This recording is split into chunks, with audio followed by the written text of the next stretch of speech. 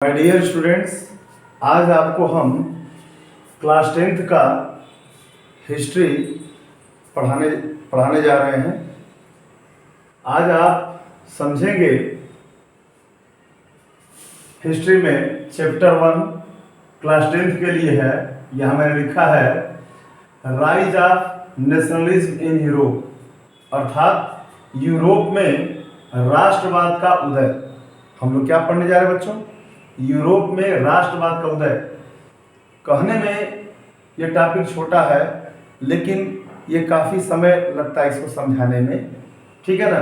तो आप समझिएगा विस्तार से, बारीकी से समझकर वॉच वीडियो करिएगा और नोट्स बना लीजिएगा, क्योंकि देखने में आसान लगता है। जैसे आप जानते हैं कि डायरेक्टर फिल्म को बनाने में क्या करता है, साल 2 साल का वक्त लेता है, लेकिन हम लोग फिल्म क्या करते हैं, 2.5 या 3 घंटे में ही देख लेते हैं। वैसे ही टीचर स्टूडेंट के लिए क्या करता है, मेहनत करता है आसान बनाने के लिए। बच्चों तो ध्यान से समझिएगा, वॉच करिएगा video.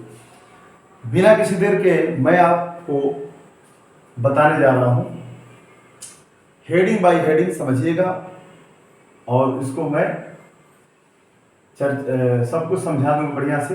Rise of nation state, सबसे पहले क्या समझने वाले हैं आप? Rise of nation state, rise of nation state देख रहे हैं। इस टॉपिक पर हम लोग चर्चा करेंगे। राष्ट्र राज्य का उदय, हिंदी में कहेंगे राष्ट्र राज्य का उदय। चाहे इंग्लिश मीडियम हो या हिंदी मीडियम, दोनों बच्चे समझ सकते हैं, कहीं कोई दिक्कत नहीं बच्चों। और एसएसटी से ही जीके तैयार होता है 9 से 10 और 6 to 8, 6 से लेकर 10 तक। अगर जिसका एसएसटी तैयार, तो कोई भी कंपटीशन देंगे आप, कोई भी कंपटीशन एग्जाम, तो उसमें जरूर आपको ये सब मिलेगा, है ना? बहुत जरूरी है बच्चों, महत्वपूर्ण है। आइए देखते हैं। तो हम बात करते हैं राइज ऑफ नेशन स्टेट की बात। राष्ट्र राज्य का उदय कैसे हुआ?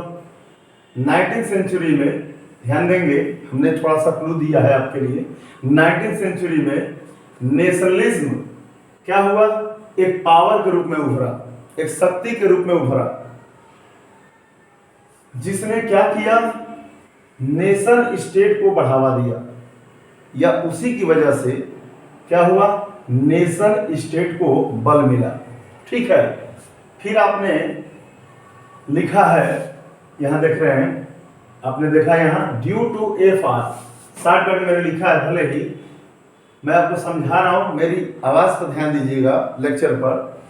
फ्रेंच रेवोल्यूशन है ना, फ्रेंच रेवोल्यूशन, फ्रेंच रेवोल्यूशन की वजह से, फ्रांसीसी क्रांति की वजह से क्या हुआ, ला पैट्री, ली सिटोइन एंड फ्रेंच फ्लैग, ये सब विचार सामने आए, निकल कर आए। मतलब फ्रेंच रिवॉल्यूशन की वजह से क्या लाभ हुआ, ला पैट्री, ली सिटोयन का भाव उभर कर आया, फ्रेंच फ्लैग का भी विचार लोगों के सामने आया। इस तरह से मेन जो पॉइंट है मैंने आपको समझाने का प्रयास किया, ठीक है ना? 19th सेंचुरी में नेशनलिज्म में पावर के रूप में, किसके रूप में, पावर के रूप में उभरा, जिसने क्या किया, नेशन स्टेट को प्रोत्साहित किया। और फ्रेंच रिवॉल्यूशन की वजह से ला पैट्री, ली सिटोइन और फ्रेंच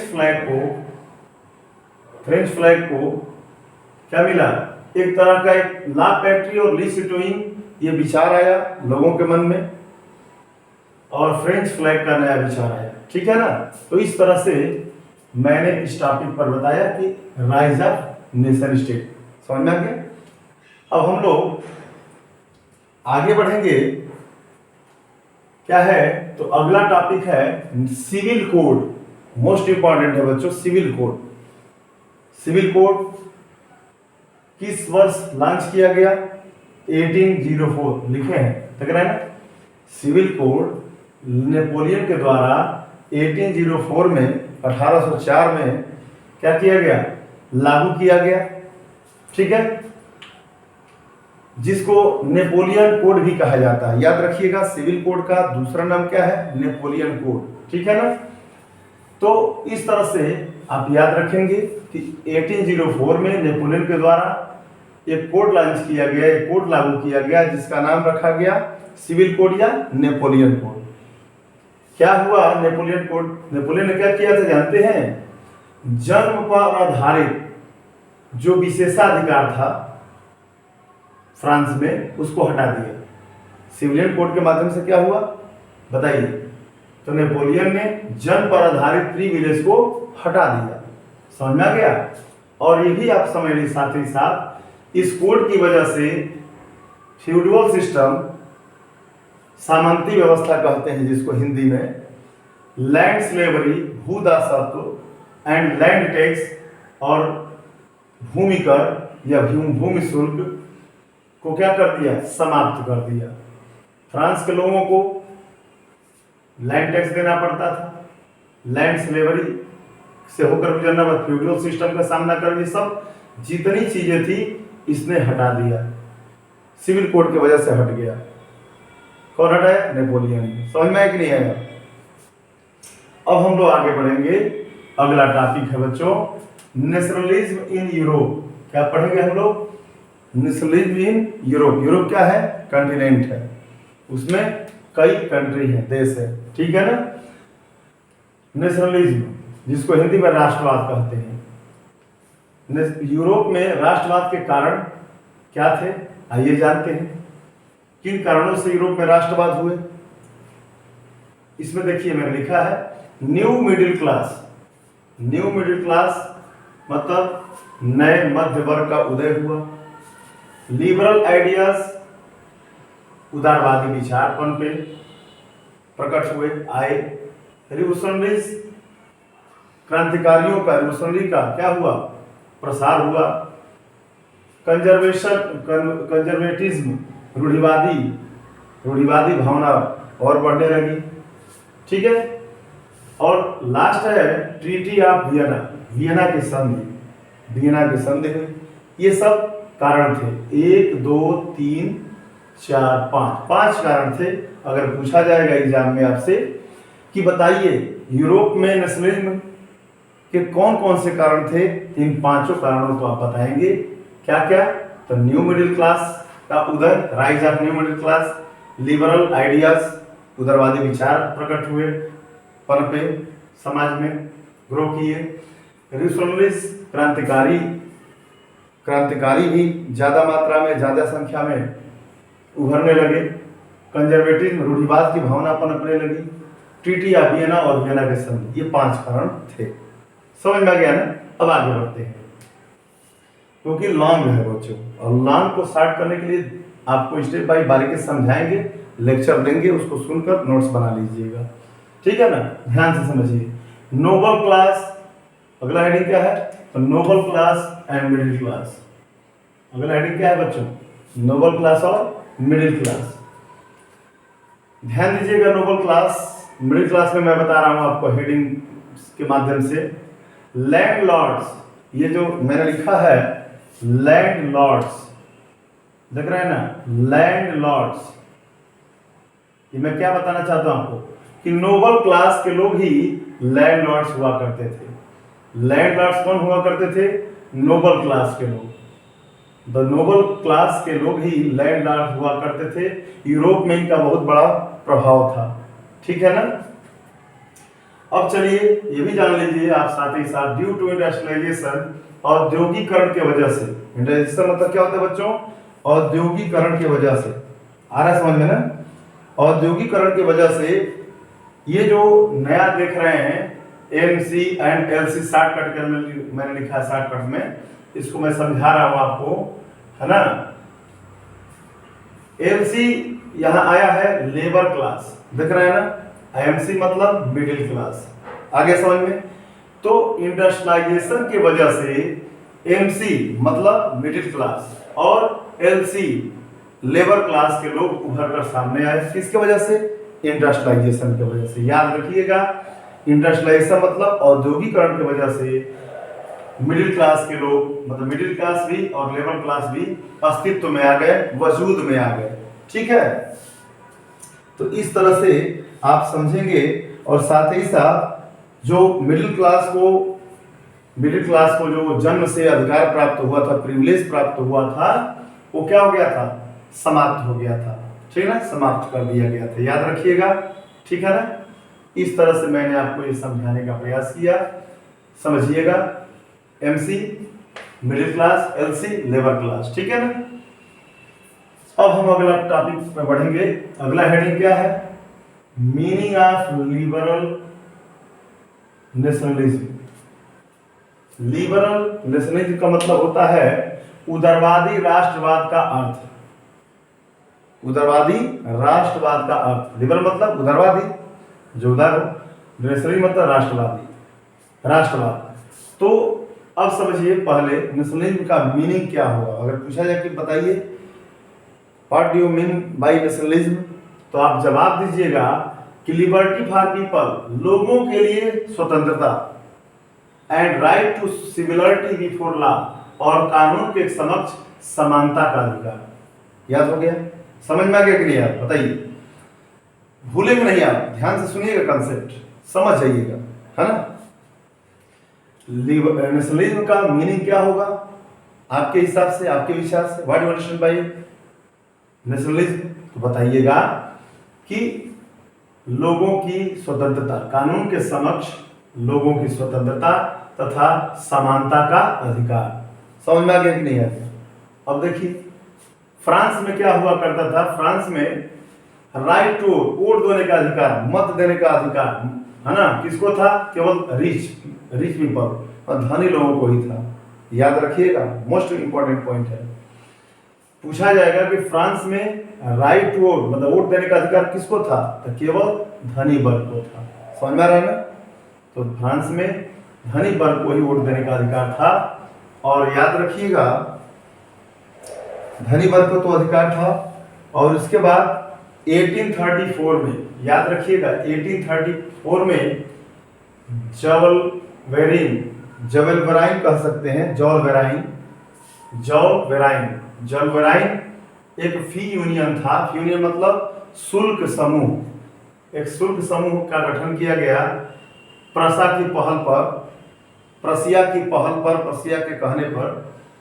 के पहल पर जॉल वेराइन नामक एक फी यूनियन का गठन किया गया। कब, 1834 में। कब किया गया बच्चों, 1834 में। बोलिए कब किया गया, 1834 में, है ना। जवाहरलाल संघ ने क्या किया, शुल्क अवरोध को समाप्त कर दिया। क्या किया, तो आप कहेंगे तो फी जो बैरियर था, फी बैरियर को समाप्त कर दिया, शुल्क अवरोध को समाप्त कर दिया। और साथ ही साथ जो करेंसी की संख्या थी 2 कर दिया। करेंसी की संख्या कितनी कर दी, करेंसी का नंबर कितना कर दिया, 2 कर दिया। जो पहले कितना हुआ करती थी, 30 से भी अधिक थी, 30 से भी अधिक थी। याद रहेगा, मतलब ये जवाहरलाल जो फी यूनियन था एक ऐसा संगठन था जो 1834 में गठित किया गया। इसने क्या किया कि शुल्क अवरोध बोले तो फी बैरियर को समाप्त कर दिया। और मुद्राओं की जो संख्या थी 2, पहले 30 से अधिक थी, उसको 2 कर दिया। सीधा अपने तरीके से समझ लीजिए, आसान शब्दों में। ठीक है, इतना समझ में आ गया आपको। अब इसके बाद हम लोग चलते हैं अगले हेडिंग पर, प्रोटेक्शनिज्म आफ्टर 1815, मतलब 1815 ईस्वी के बाद संरक्षणवाद। प्रोटेक्शन मतलब संरक्षण, सुरक्षा, उसी से बना है वर्ड, समझिएगा आप, रटिएगा मत बच्चों। तो 1815 के बाद संरक्षणवाद, इस पर हम लोग चर्चा करेंगे, है ना। ध्यान दीजिएगा, 1815 के बाद संरक्षणवाद में हम लोग चर्चा करेंगे कि 1815 में आपको याद होना चाहिए कि नेपोलियन की हार हुई। कब हार हुई बच्चों, 1815 में। कब हार हुई, नेपोलियन की हार कब हुई, डिफीट कब हुई, 1815 में। तो याद रखिएगा 1815 में नेपोलियन की हार हो गई, है ना। तो हार के बाद यूरोपीय जो गवर्नमेंट थी, है ना, यूरोपियन गवर्नमेंट कह सकते हैं, है ना, ये रूढ़िवाद की भावना से ग्रस्त थी। रूढ़िवाद की भावना से क्या थी, यूरोपियन गवर्नमेंट त्रस्त थी। और यूरोप की जो शक्तियां थी, यूरोप की पावर थी, वो क्या की कौन कौन थी? यूरोपीय शक्तियों के बारे में जान लीजिए। यूरोपीय शक्तियां कौन कौन थी? ब्रिटेन, रूस, प्रसा और ऑस्ट्रिया, है ना।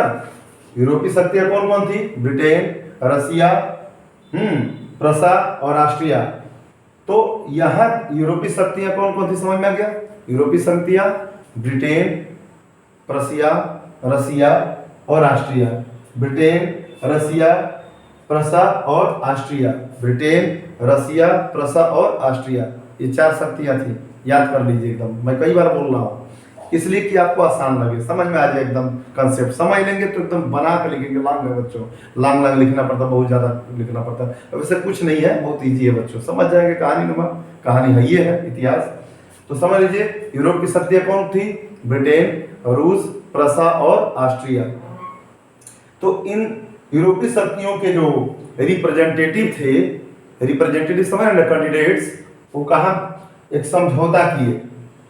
समझौता कहाँ किए बच्चों? तो वियना में। कहाँ किए बच्चों? वियना में। याद रखेंगे ना, वियना में समझौता किए। टॉपिक को समझिएगा बढ़िया से।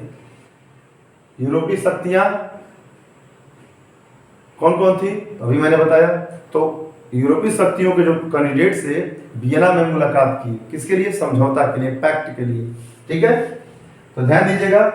उस कांग्रेस में ऑस्ट्रिया के चांसलर थे, ऑस्ट्रिया के चांसलर ड्यूक, जिनका नाम हमने लिखा है मैटरनिक। इस सम्मेलन में, सम्मेलन को अंग्रेजी में कांग्रेस कहेंगे। अब पूछा जाएगा कि वियना में, वियना कांग्रेस किसके द्वारा ऑर्गेनाइज किया गया था? तो मैटरनिक। मैटरनिक कौन थे? तो chancellor Duke of Austria, Austria के चांसलर ड्यूक थे। क्या थे? कौन थे बच्चों? ऑस्ट्रिया के चांसलर ड्यूक थे। ऑस्ट्रिया के चांसलर ड्यूक मैटरनिक ने क्या किया था? तो वीसी मतलब वियना कांग्रेस, वीसी मतलब Vienna Congress, Vienna Congress, Vienna Congress का गठन किया था, है ना। वियना कांग्रेस का गठन कौन किया था? Metternich chancellor Duke. ऑस्ट्रिया के चांसलर ड्यूक थे मैटरनिक। मैटरनिक कौन थे? ऑस्ट्रिया के चांसलर ड्यूक थे, जिन्होंने क्या किया था? वियना कांग्रेस का आयोजन किया था। याद रहेगा, आयोजन किया था कौन? ऑस्ट्रिया के चांसलर ड्यूक ने, है ना। ध्यान दीजिएगा, इस कांग्रेस में, इस सम्मेलन में रिप्रेजेंटेटिव ने क्या किया?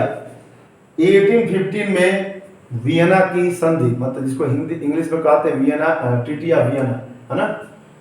ट्रीटी ऑफ वियना आगे पढ़ेंगे आप, देखिए यहाँ लिखे भी है ट्रीटी ऑफ वियना, देख रहे हैं ना। तो इस कांग्रेस में, इस सम्मेलन में रिप्रेजेंटेटिव ने क्या किया? तो वियना, ट्रीटी ऑफ वियना तैयार किया, वियना की संधि को तैयार किया, प्रिपेयर किया। आ गया समझ में इस टॉपिक? ये टॉपिक समझ में आ गया? इसमें मुख्य क्वेश्चन बनेगा, बताइए मैटरनिक कौन थे? तो बताएंगे ऑस्ट्रिया के चांसलर ड्यूक थे। इन्होंने क्या किया? तो वियना कांग्रेस का गठन किया, आयोजन किया। समझ में आ गया ना? अच्छी तरह समझ में आ गया। अब आगे हम लोग बढ़ते हैं। Main points of treaty of Vienna. Vienna treaty of Vienna के मुख्य बिंदु कौन कौन से हैं? आइए, कौन कौन से थे जानते हैं। पहले तो समझ लीजिए, यहां से क्वेश्चन बनेगा वियना। वियना क्या है? तो ऑस्ट्रिया की राजधानी है, याद रहेगा। ऑस्ट्रिया की कैपिटल कहाँ है? तो वियना, याद रहेगा ना आपको। एकदम कैसे क्वेश्चन में ध्यान दीजिएगा। तो वियना समझ गए कि ऑस्ट्रिया की कैपिटल है, राजधानी है। तो वियना की संधि के मेन पॉइंट्स क्या क्या थे, आइए देखते हैं। तो याद रखिएगा, इसमें मैं आपको एकदम पॉइंट बता रहा हूं। कहेंगे कि फ्रेंच रिवॉल्यूशन के दौरान, समझेंगे, फ्रेंच रिवॉल्यूशन के दौरान जो राजवंश को, डायनेस्टी को, बुर्बो या बर्बन कह सकते हैं इंग्लिश में, बुर्बो राजवंश को हटाया गया था, उनको फिर सत्ता में क्या किया? पावर में लाया गया, बहाल किया गया या भर्ती किया गया। समझ में आ गया? मतलब बुर्बो राजवंश को, बुर्बो डायनेस्टी को हटाया गया था फ्रेंच रिवॉल्यूशन के दौरान, उनको वापस भर्ती किया गया। ये पहला पॉइंट समझ में आ गया आपको। बुर्बो डायनेस्टी को क्या किया गया? वापस लाया गया या भर्ती किया गया, बहाल किया गया। समझ में आ गया ना? समझिएगा। दूसरा पॉइंट है, नेपोलियन के विस्तार को रोकने के लिए फ्रांस की लिमिट्स, बॉर्डर पर एक श्रृंखला का निर्माण किया गया। याद रखिएगा, नेपोलियन के विस्तार को रोकने के लिए फ्रांस की सीमा पर, फ्रांस के बॉर्डर पर क्या किया गया, एक श्रृंखला का, एक सीरीज का निर्माण किया गया। ठीक है ना, ठीक है, जिसमें प्रसा को पश्चिमी सीमाओं का क्षेत्र दिया गया। जिसमें क्या किया गया बच्चों, एक सीरीज निर्माण किया गया ना, तो इसमें क्या किया गया, प्रसा को पश्चिमी, मतलब पश्चिमी सीमाओं को दिया गया। पश्चिमी सीमाओं को बोले तो वेस्ट बॉर्डर, पश्चिमी सीमाओं को किसको दिया गया, तो प्रसा को। जबकि ऑस्ट्रिया को क्या दिया गया, उत्तरी इटली दिया गया। उत्तरी इटली मतलब नॉर्थ इटली किसके नियंत्रण में था, तो बोलेंगे ऑस्ट्रिया। ऑस्ट्रिया किसके नियंत्रण में, ऑस्ट्रिया के नियंत्रण क्या था, उत्तरी इटली। याद रहेगा, नॉर्थ इटली। समझ में आ गया। याद रखिएगा, मैंने आपको बोला कि नेपोलियन के विस्तार को रोकने के लिए, है ना, फ्रांस की सीमाओं पर एक श्रृंखला का निर्माण किया गया, जिसमें प्रसा को क्या दिया गया, पश्चिमी सीमा को, पश्चिमी सीमा वाला क्षेत्र दिया गया, तथा ऑस्ट्रिया को उत्तरी इटली दिया गया। ठीक है ना, ऑस्ट्रिया को क्या दिया गया, उत्तरी इटली दिया गया। अब समझिए अगला पॉइंट, नेपोलियन द्वारा गठित जर्मन महासंघ के 39 स्टेट्स, ध्यान दीजिएगा, 39 स्टेट्स, कितने स्टेट्स, 39 स्टेट्स को पहले की तरह बनाए रखा गया। मतलब नेपोलियन ने जो जर्मन महासंघ के 39 स्टेट को नेपोलियन के द्वारा बनाया गया था, नेपोलियन ने जो 39 स्टेट्स बनाया था, है ना, उसको क्या किया गया, पहले की तरह कायम रखा गया।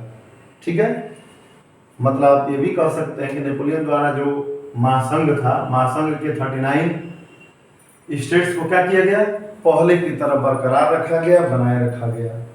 और इसमें एक और पॉइंट है कि पूर्व में रसिया को पोलैंड का भाग दिया गया, जबकि प्रसा को सैक्सनी का एक भाग दिया गया था, है ना। पूर्व में रसिया को पोलैंड का भाग दिया गया, पूर्व मतलब समझ रहे हैं ना, पहले रसिया को क्या दिया गया, पोलैंड का भाग दिया गया, जबकि प्रसा को सैक्सनी का एक भाग दिया गया, है ना, सैक्सनी का भाग दिया गया। किसको दिया गया, बोलिए, तो प्रसा को सैक्सनी का भाग दिया गया, जबकि पूर्व में रूस को क्या किया गया, पोलैंड का भाग दिया, रूस को पोलैंड का भाग दिया गया, और सैक्सनी का भाग किसको दिया गया, प्रसा को। याद रखेंगे, ये जो मैंने पॉइंट बताया इसको समझकर नोट्स कर लीजिएगा। अब अगला पॉइंट है बच्चों, एज ऑफ रिवॉल्यूशन। क्या है बच्चों, एज ऑफ रिवॉल्यूशन 1830 to 1848, क्रांतियों का युग। इसको हिंदी में क्या कहेंगे बच्चों, क्रांतियों का युग। तो सबसे पहले हम समझते हैं, यूरोप में फर्स्ट जो विद्रोह हुआ था, अपराइजिंग हुआ था, है ना, रिबेल हुआ था, जुलाई 1830 में हुआ था। याद रखिएगा, 1830 यहाँ लिखे हैं। फर्स्ट रिवॉल्यूशन कब हुआ था, फर्स्ट विद्रोह कब हुआ था, बताइए, अपराइजिंग कब हुआ था, फर्स्ट अपराइजिंग क्या कहेंगे, 1830 में हुआ था, जुलाई 1830 में। तो जुलाई की क्रांति से ब्रुसेल्स में भी एक विद्रोह फैल गया। ब्रुसेल्स में जुलाई की क्रांति जब फैली थी ना, तो जुलाई की क्रांति की वजह से ब्रुसेल्स में भी एक विद्रोह फैल गया, ब्रुसेल्स। ठीक है, ब्रुसेल्स में भी एक क्या हो गया, एक रिवॉल्यूशन फैल गई, एक अपराइजिंग फैल गया, जिसने बेल्जियम को यूनाइटेड किंगडम ऑफ नीदरलैंड से अलग कर दिया। समझ में, जो विद्रोह फैला तो कहाँ फैला, तो ब्रुसेल्स में। याद रखिएगा, जुलाई की क्रांति की वजह से ब्रुसेल्स में विद्रोह फैल गया, जिसकी वजह से बेल्जियम को क्या किया गया, बेल्जियम को यूनाइटेड किंगडम ऑफ नीदरलैंड से अलग कर दिया गया। बेल्जियम को क्या किया गया बच्चों, बोलिए, बेल्जियम को क्या किया गया, बेल्जियम को अलग कर दिया गया, किससे, तो बोलेंगे United Kingdom of the Netherland, United Kingdom of the Netherland, United Kingdom of the Netherland. याद रहेगा।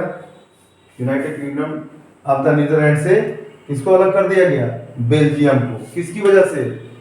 तो जो जुलाई की क्रांति हुई थी 1830 में, उसकी वजह से। समझ में आ गया कि नहीं आ गया? तो इस तरह से आप समझिएगा। और आगे हम बता रहे हैं ग्रीस में स्वतंत्रता के लिए, आज़ादी के लिए, है ना, 1821 में, 1821 में, याद रखिएगा, ग्रीस में, ग्रीस समझ रहे हैं ना, ग्रीस में 1821 में क्या हुआ?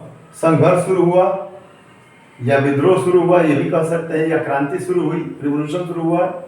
और 1832 में, 1821 में शुरू हुआ, 1832 में क्या हुआ बच्चों? 1832 में, बोलिए, 1832 में कुस्तुनतुनिया, कुस्तुनतुनिया, कुस्तुनतुनिया, कुस्तुनतुनिया, नाम टेढ़ा है, कई बार बोलेंगे याद हो जाएगा। कुस्तुनतुनिया, कुस्तुनतुनिया की संधि ने, कुस्तुनतुनिया की ट्रीटी ने, ट्रीटी कहेंगे अंग्रेजी में, संधि ने क्या किया? एक स्वतंत्र राष्ट्र के रूप में ग्रीस को मान्यता दे दिया। मतलब ग्रीस को क्या किया? कुस्तुनतुनिया की जो संधि हुई थी, तो ग्रीस को एक अलग राष्ट्र के रूप में मान्यता दे दिया। अलग राष्ट्र ग्रीस बन गया। किसके द्वारा? कुस्तुनतुनिया की ट्रीटी के द्वारा। कब हुआ था कुस्तुनतुनिया की ट्रीटी? 1832 में। कब हुआ था? 1832 में, याद रहेगा, 1832 में। ग्रीस में कब पूछा जाएगा कि रिवॉल्यूशन शुरू हुआ? 1821 में। और 1832 में कुस्तुनतुनिया में एक संधि हुई थी, जिसकी वजह से क्या हुआ? तो ग्रीस को स्वतंत्र राष्ट्र घोषित कर दिया गया। याद हो गया? चलिए आगे बढ़ते हैं हम लोग। राइज ऑफ नेशनल फीलिंग, क्या पढ़ने जा रहे हैं हम लोग? Rise of national feelings. Rise of national feelings में आइए, राष्ट्रीय भावनाओं का उदय। क्या पढ़ने जा रहे हैं हम लोग? राष्ट्रीय भावनाओं का उदय। फटाफट हम समझेंगे, अब जल्दी जल्दी, है ना। नेशनल फीलिंग्स पढ़ेंगे हम लोग कि राष्ट्रीय भावनाओं का उदय कैसे हुआ, ठीक है ना। आइए सबसे पहले इस पॉइंट को समझते हैं। नेशनलिज्म के विकास में युद्ध, क्षेत्रीय विस्तार तथा संस्कृति की महत्वपूर्ण भूमिका थी। किसकी महत्वपूर्ण भूमिका थी? वार। उसके बाद क्षेत्रीय विस्तार, एरिया का जो एक्सपेंस हो रहा था, और संस्कृति की, संस्कृति समझ, कल्चर, इन सब ने महत्वपूर्ण भूमिका निभाया, ठीक है ना, राष्ट्रवाद के डेवलपमेंट में। अब जानते हैं आगे अगला पॉइंट कि जर्मन एक फिलोसफर थे, जर्मन फिलोसफर, इनका नाम है योहन गोटफ्रीड हेटर। हेटर याद रखिएगा, है ना, हेटर, हेटर, ठीक है ना, नाम है पूरा बड़ा, योहन गोटफ्रीड हेटर, गोहन हेटफ्रीड हीटर, है ना, गोहन गोटफ्रीड, और टेढ़ा नाम है जीजी हेटर, याद रखिएगा ना शॉर्टकट में, ठीक है। तो हम बता रहे हैं आपको इसमें कि जर्मन के फिलोसफर हेटर जो थे, उन्होंने दावा किया था, उन्होंने चैलेंज किया था कि सामान्य लोगों के बीच जर्मन संस्कृति निहित है। उन्होंने ही कहा था कि केवल जर्मन लोगों में ही क्या है, सामान्य लोगों में ही क्या है, जर्मन की कल्चर विद्यमान है या मौजूद है। इन्होंने कहा था। कौन कहा था कि सामान्य लोगों में जर्मन की कल्चर निहित है? बोलेंगे हेटर ने, ठीक है ना, याद रखिएगा। पोलैंड जो अब एक स्वतंत्र क्षेत्र के रूप में वजूद में नहीं था, पोलैंड का था एक फ्री एरिया के रूप में, मतलब स्वतंत्र क्षेत्र के रूप में अस्तित्व में नहीं था। वह संगीत और भाषा के माध्यम से राष्ट्रवादी महसूस कर रहा था। पोलैंड संगीत और भाषा के माध्यम से क्या कर रहा था? स्वयं को राष्ट्रवादी महसूस कर रहा था। समझ में रहे ना। तो इस तरह से मैंने आपको बताया क्या, राइज ऑफ नेशनल फीलिंग। इसमें जो मेन पहलू है तो ध्यान दीजिएगा। अब आगे बढ़ते हैं। इकोनॉमिकल डिप्रेशन, क्या पढ़ने जा रहे हैं हम लोग?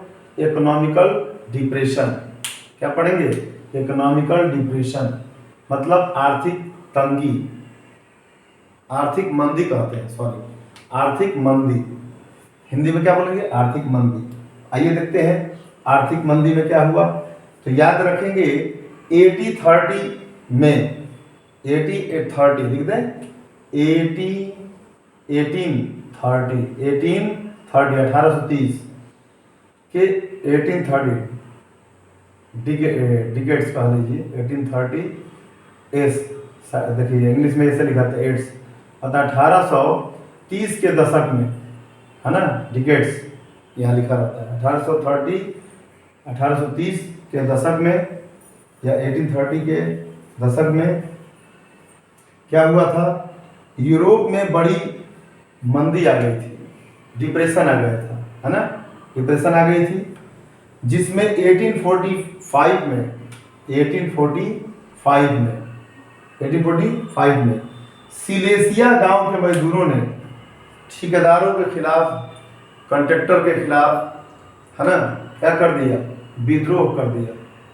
कब, तो याद रखिएगा 1845 में। किस गांव के वर्कर, तो बोलेंगे सिलेसिया, सिलेसिया, है ना, सिलेसिया गांव के, सिलेसिया एक विलेज है, सिलेसिया गांव के जो वर्कर थे क्या किए, कॉन्ट्रैक्टर के खिलाफ विद्रोह कर दिया।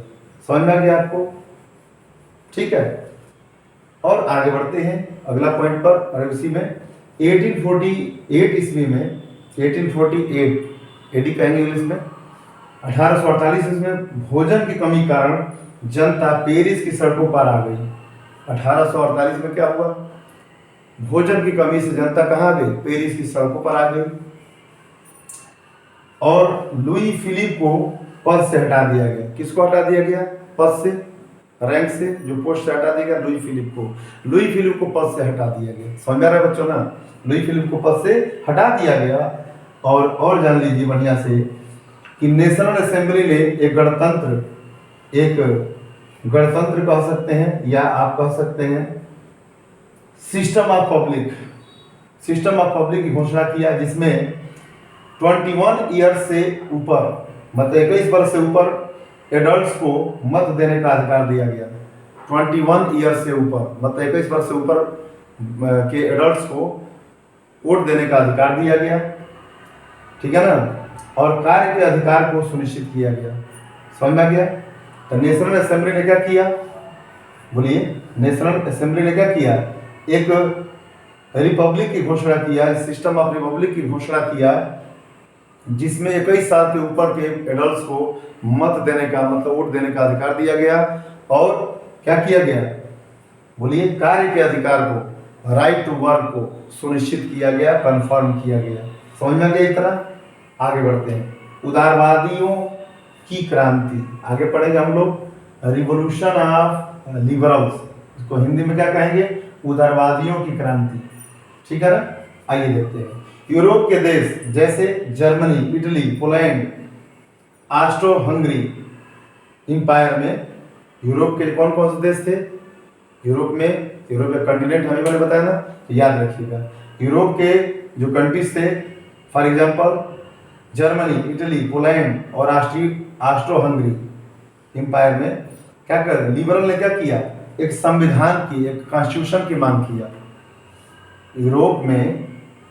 यूरोप के जो भी कंट्री थे, कौन कौन, Germany, Italy, Poland, Austro Hungary etc, तो वहाँ क्या किए, यूरोप के देश में जो लिबरल थे क्या किए, कॉन्स्टिट्यूशन की मांग किए। कॉन्स्टिट्यूशन की मांग को क्या किया, नेशन स्टेट के निर्माण की मांग के साथ जोड़ दिया। मतलब कॉन्स्टिट्यूएंट असेंबली की तो मांग की है, साथ ही साथ कॉन्स्टिट्यूएंट असेंबली के टर्म को किससे जोड़ दिया, बताइए, तो नेशन स्टेट के रिलेशन से जोड़ दिया, नेशन स्टेट के टर्म से जोड़ दिया। मतलब कॉन्स्टिट्यूएंट असेंबली की मांग किया, लेकिन साथ ही साथ उसमें मिला दिया क्या, नेशन स्टेट। मतलब नेशन स्टेट और कॉन्स्टिट्यूएंट असेंबली दोनों को एक साथ मिलाकर मांग किया, ठीक है ना, याद रखिएगा। कौन, यूरोप के जो कंट्री थे। यूरोप में यह मांग कॉन्स्टिट्यूशन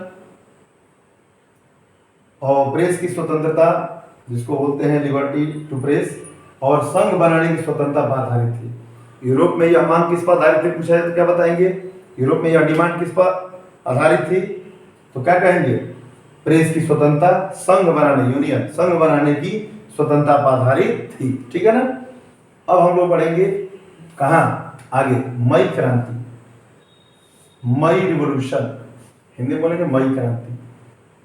18 मई 1848 मई क्रांति कब हुई बच्चों? 18 मई 1848 ईस्वी को 831 निर्वाचित प्रतिनिधि, है ना, ध्यान दीजिएगा। इसमें मैं बता रहा हूं कि मई रिवोल्यूशन में क्या मैंने बताया कि 18 मई 1848 को, है ना, कितने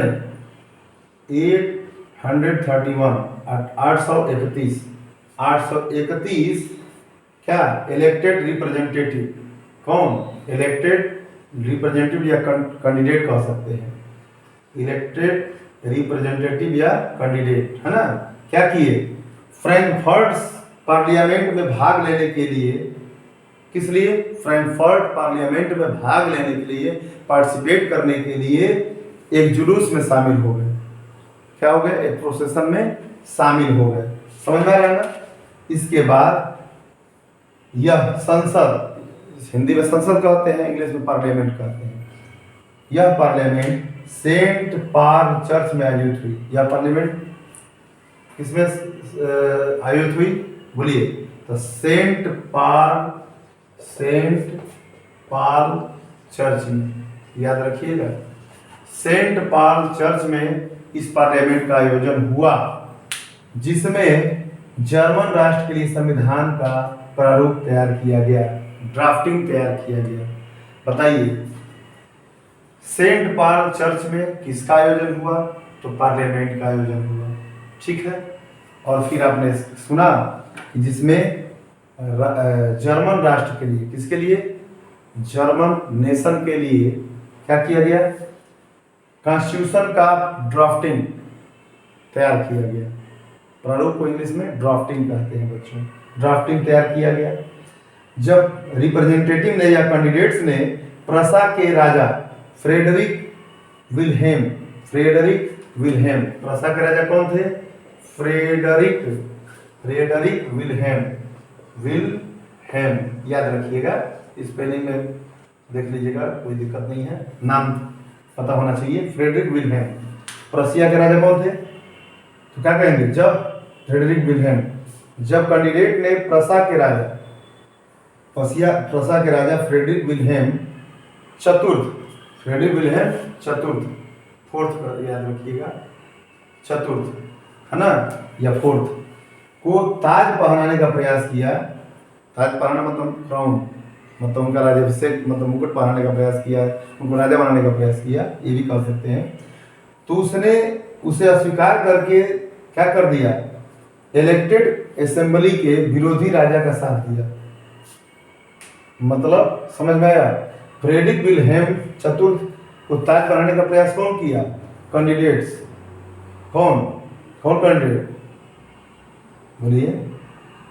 तो जो कैंडिडेट्स थे पार्लियामेंट के, उन्होंने क्या किया? फ्रेडरिक विल्हेम को ताज पहनाने का प्रयास किया, तो उसने अस्वीकार करके निर्वाचित सभा, मतलब इलेक्टेड जो असेंबली थी, इलेक्टेड असेंबली के विरोधी, मतलब अपोजिशन कह सकते हैं, एंटी राजा का साथ दिया। समझ में आ गया? पार्लियामेंट में मिडिल क्लास का वर्चस्व था। किसका? पूछा जाएगा कि पार्लियामेंट में किसका वर्चस्व था, किसका सुपरमेसी था, तो क्या बताएंगे? तो कहेंगे मिडिल क्लास का, जो वर्कर और आर्टिसियन की मांग का विरोध करते थे। क्या करते थे? वर्कर और आर्टिसन जो भी थे, वर्कर मतलब मजदूर, आर्टिसन मतलब कलाकार, है ना, कारीगर जो भी थे, उनका विरोध करते थे, जिसके परिणाम स्वरूप इन वर्गों ने उनका समर्थन खो दिया। अब बताइए, हम विरोध करेंगे आपका तो मेरा साथ देंगे? नहीं देंगे। तो उसी तरह मिडिल क्लास क्या करते थे? वर्कर और ये आर्टिसन का विरोध करते थे, अधिकार का विरोध करते थे। इसलिए क्या हुआ बताइए? इसलिए इनको समर्थन नहीं मिला। ठीक है। अंत में सैनिकों को बुलाकर विधानसभा भंग कर दिया गया। अंत में क्या किया गया, सोल्जर्स को बुलाकर विधानसभा, ठीक है ना, जो असेंबली थी उसको भंग कर दिया गया। समझ में आ रहा है कि नहीं आ रहा है? बस लास्ट में और थोड़ा सा है टॉपिक, उसको समझ लीजिए, खत्म हो जाएगा आपका। अब आपको अगला हेडिंग पढ़ना है क्या, demands to political rights parliament. ध्यान सुनिएगा, जल्दी जल्दी हम खत्म करेंगे। महिलाओं के अधिकार, महिलाओं के राजनीतिक अधिकार के लिए, महिलाओं के लिए राजनीतिक अधिकार की मांग, महिलाओं के लिए राजनीतिक अधिकार की मांग हम लोग पढ़ने जा रहे हैं, ठीक है। इसमें समझेंगे, पहला पॉइंट है उदारवादी मतलब लिबरल। लिबरल ने क्या किया, आंदोलन में महिलाओं के लिए राजनीतिक अधिकार की मांग किया। लिबरल ने क्या किया महिलाओं के लिए, बताइए, पॉलिटिकल राइट्स की मांग किया। पॉलिटिकल राइट्स महिलाओं को नहीं था, समझ में आ रहा है ना। महिलाओं ने अपने अधिकार के लिए संगठन की स्थापना की, यहाँ तक कि वुमेन्स ने क्या किया, अपने अधिकार के लिए, अपने राइट्स के लिए एक संगठन तैयार किया। और भी जान लीजिए, अखबार निकाला और सम्मेलनों में भाग लिया। महिलाओं ने क्या किया, एक संगठन, एक यूनियन तैयार किया, अखबार में अपने डिमांड को लेकर छपवाया, और उसके बाद कई कार्यक्रम में, कई प्रोग्राम में हिस्सा लिया, ठीक है ना। 1848 में कंजर्वेटिव पार्टी के लोग जो थे, है ना, लिबरल के जो मूवमेंट थे उनको दबाने का प्रयास किया। कंजर्वेटिव पार्टी के लोग क्या किए, लिबरल के मूवमेंट को, लिबरल के आंदोलन को दबाने का भरसक प्रयास किया, ठीक है। हैंसबर्ग प्रभुत्व वाले क्षेत्रों, हैंसबर्ग प्रभुत्व वाले क्षेत्रों और रसिया में गुलामी एवं जो बंधुआ श्रम थे, बंधुआ मजदूर थे, दोनों को खत्म कर दिया गया। मतलब मजदूरों को बंधन में रखकर नहीं काम कराया जाएगा। अब ये समझ लीजिए, हैंसबर्ग के प्रभुत्व वाले जो एरिया थे, रसिया में जो स्लेवरी और ये स्लेवरी गुलामी थी और मजदूरों से जबरदस्ती काम कराया जाता था, इन चीज़ों को खत्म कर दिया गया। समझ में गया ना। अब है आपका क्या, integration of Germany and Italy. अब शॉर्टकट में आप समझेंगे, integration of Germany and Italy, Germany तथा इटली का एकीकरण, है ना। इंटीग्रेशन मतलब एकीकरण, एकजुट होना, समझ में आ रहा है ना। अब देखिए, पहले हम समझेंगे जर्मनी वाला, उसके बाद इटली वाला, है ना। इटली का, जर्मनी का एकीकरण पहले समझेंगे, उसके बाद इटली वाला, है ना। तो याद रखिएगा 1848 के बाद यूरोप में नेशन, 1848 के बाद क्या हुआ, यूरोप में राज्य शक्ति और राजनीतिक शक्ति स्थापित करने के लिए, राज्य शक्ति मतलब स्टेट पावर, है ना। मैं इंग्लिश बोल रहा हूँ, हिंदी भी बोल रहा हूँ, समझने के लिए देखिएगा। तो राज्य शक्ति को ही क्या बोलते हैं, स्टेट पावर। तो याद रखिए 1848 के बाद यूरोप में स्टेट पावर और पॉलिटिकल पावर स्थापित करने के लिए रूढ़िवादियों ने, मतलब कंजर्वेटिव ने क्या किया, राष्ट्रवादी भावनाओं का प्रयोग किया। राष्ट्रवादी भावनाओं का प्रयोग किया, समझ ना, नेशनल फीलिंग का प्रयोग किया, ठीक है। 1848 में जर्मन संप्रदाय के विभिन्न क्षेत्रों को मिलाकर, जर्मन संप्रदाय, जर्मन कम्युनिटी के विभिन्न क्षेत्रों को मिलाकर इलेक्टेड पार्लियामेंट द्वारा नियंत्रित राष्ट्र राज्य बनाने का प्रयास किया। राष्ट्र राज्य मतलब नेशन स्टेट बनाने का प्रयास किया गया, समझ में गया।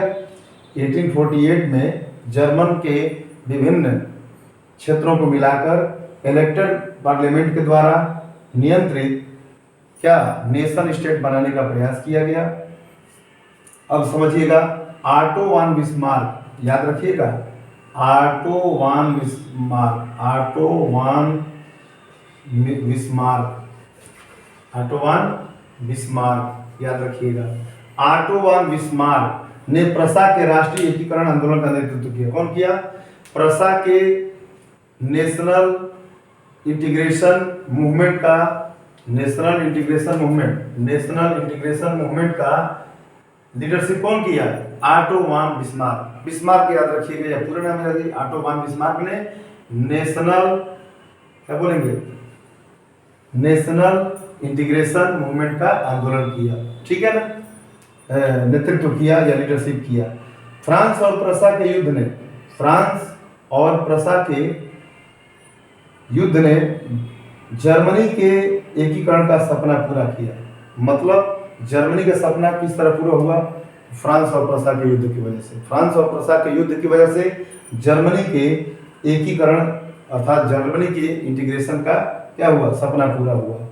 बिस्मार्क को क्या कहा जाता है? क्वेश्चन आता है, बिस्मार्क को किस नाम से पुकारा जाता है? तो याद रखिएगा, बिस्मार्क को राष्ट्रीय एकीकरण का जनक कहा जाता है। Father of national integration, father of national integration किसे कहा जाता है? बिस्मार्क को। याद रखिए, बिस्मार्क का कहता है national, father of national integration. याद रखिएगा, बिस्मार्क ने क्या किया? आयरन एंड ब्लड पॉलिसी के द्वारा, आयरन एंड ब्लड लॉ और रक्त नीति के द्वारा, ऐसे कह सकते हैं, जर्मनी के एकीकरण में कामयाबी हासिल किया। जर्मनी के इंटीग्रेशन कैसे हुआ? तो आयरन एंड ब्लड पॉलिसी की वजह से। और कौन किया? बिस्मार्क ने, ठीक है ना। तो जर्मनी के इंटीग्रेशन में कौन कौन सी घटना घटी? ध्यान दीजिएगा, ऑस्ट्रिया, फ्रांस और डेनमार्क के साथ 7 वर्षों तक लड़ाई हुई।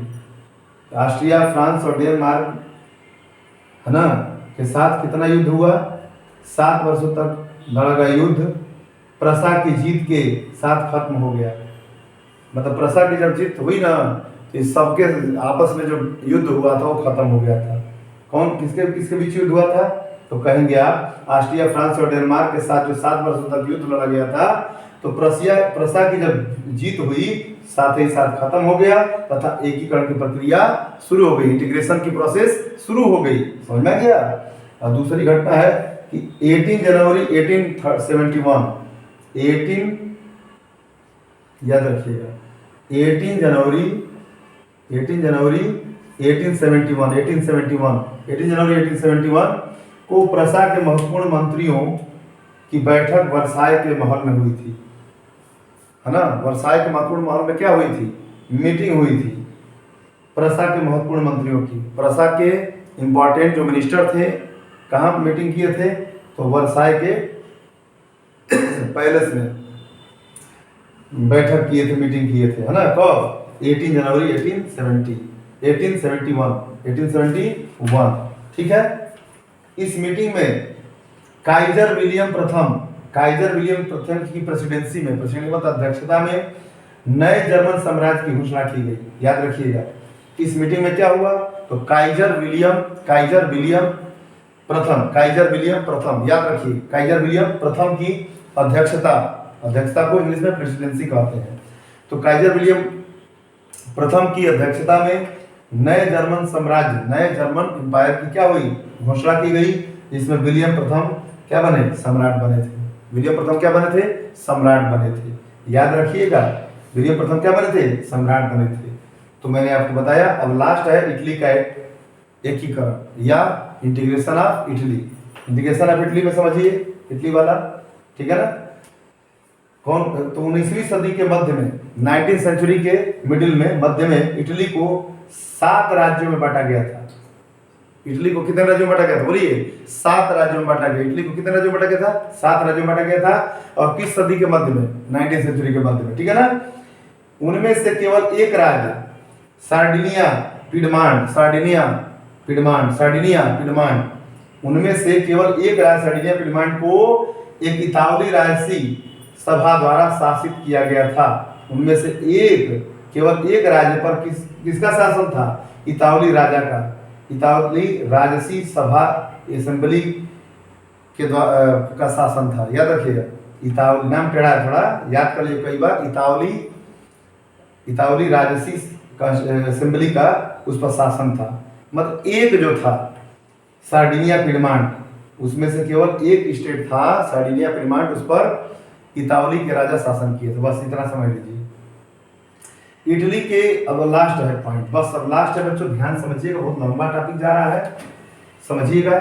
इटली के इंटीग्रेशन में कौन कौन लोग शामिल हुए थे वो समझना है। इटली के एकीकरण में शामिल व्यक्ति, एग्जाम में बार बार आता है, 10th वाले बच्चों, आप बोर्ड एग्जाम की तैयारी कर रहे हैं और मैं पूरे जी जान लगा दे रहा हूँ आपको समझाने में। पूरा चैप्टर जो 1 महीना लगेगा समय, उसको मैं 1 दिन में समाप्त कर, ध्यान दीजिएगा, समझिएगा लास्ट में, ठीक है ना बच्चों। आइए, इटली के एकीकरण में, इटली के इंटीग्रेशन में कौन कौन से पर्सन इन्वॉल्व हुए थे, तो समझिएगा। ज्यूसेपे मेस्सिनी, ज्यूसेपे मेस्सिनी, ज्यूसेपे मेस्सिनी, कई बार बोलिए, ज्यूसेपे मेस्सिनी, ज्यूसेपे मेस्सिनी, ज्यूसेपे मेस्सिनी ने 1830, कब, 1830, बस याद रखिए मैं बोल रहा हूं तो, ज्यूसेपे मेस्सिनी ने 1830 के दशक में, 1830 डिकेट्स, इसको डिकेट्स में शॉर्टकट में एस लिख देते हैं, है ना बच्चों, 1830 एस मतलब डिकेट्स, 1830 के डिकेट्स में इतावली के लिए, इतावली क्या था, एक गणराज्य था, इतावली गणराज्य के लिए एक कार्यक्रम तैयार किया। क्या किया, इतावली गणराज्य के लिए तैयार किया, कौन किया, ज्यूसेपे मेस्सिनी, ज्यूसेपे मेस्सिनी, है ना। उन्होंने 2 भूमिगत समाजों का गठन किया, 2 अंडरग्राउंड सोसाइटी का निर्माण किया। पूछा जाएगा ज्यूसेपे मेस्सिनी ने क्या किया, तो 2 बैकग्राउंड सोसाइटी का निर्माण किया। उन्होंने क्या किया, तो 2 बैकग्राउंड सोसाइटी का निर्माण किया। प्रथम था, पहला कौन था, मार्सेल्स में युवा इटली, मार्सेल्स में युवा इटली, पहला सोसाइटी याद रखिए, मार्सेल्स में युवा इटली, है ना। मार्सेल्स में, अब ये इंग्लिश में बोलेंगे तो यूथ इटली, और दूसरा था बर्न में युवा यूरोप, बर्न में यूथ यूरोप, बर्न में यूथ यूरोप, है ना, 2 था। अब चलिए, मेटरनिख ने उन्हें सामाजिक आदेश का सबसे बड़ा दुश्मन बताया। मेटरनिख ने क्या किया, बोलिए, ज्यूसेपे मेस्सिनी को क्या बताया, सबसे बड़ा, मतलब सामाजिक आदेश का सबसे बड़ा दुश्मन बताया। सबसे बड़ा दुश्मन, सामाजिक आदेश का सबसे बड़ा दुश्मन कौन बताया, किसने बताया, मेटरनिख ने। किसको बताया, किसको कहा, तो ज्यूसेपे मेस्सिनी को, ज्यूसेपे मेस्सिनी को, याद हो गया।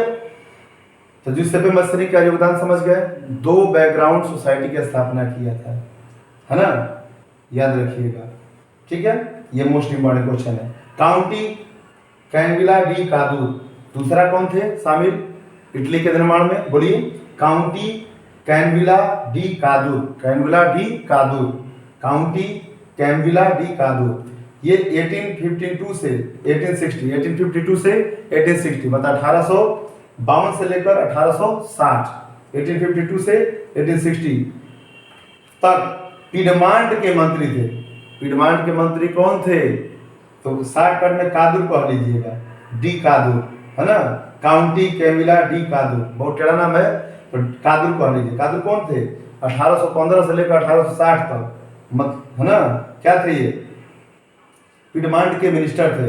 ये कूटनीतिक संधि के माध्यम से, है ना, 1859 मतलब 1859 ईस्वी में ऑस्ट्रियाई सेना को परास्त किया था। इन्होंने क्या किया था, 1859 में कूटनीति संधि के माध्यम से, कूटनीति ट्रीटी के माध्यम से ऑस्ट्रिया सेना को समाप्त किया, है ना, क्या किया, समाप्त किया। इस तरह से मैंने आपको पूरा चैप्टर, ये पूरा चैप्टर मैंने खत्म कर दिया, जिसमें कई पार्ट है बच्चों, ज़्यादा समय लगेगा। वीडियो को ज़्यादा से ज़्यादा वॉच करिएगा, लेक्चर को समझिएगा बहुत अच्छी तरह से, और ज़्यादा से ज़्यादा लाइक और क्या करिएगा, कमेंट करिएगा, कमेंट बॉक्स में अपना जवाब लिखिएगा। Thank you.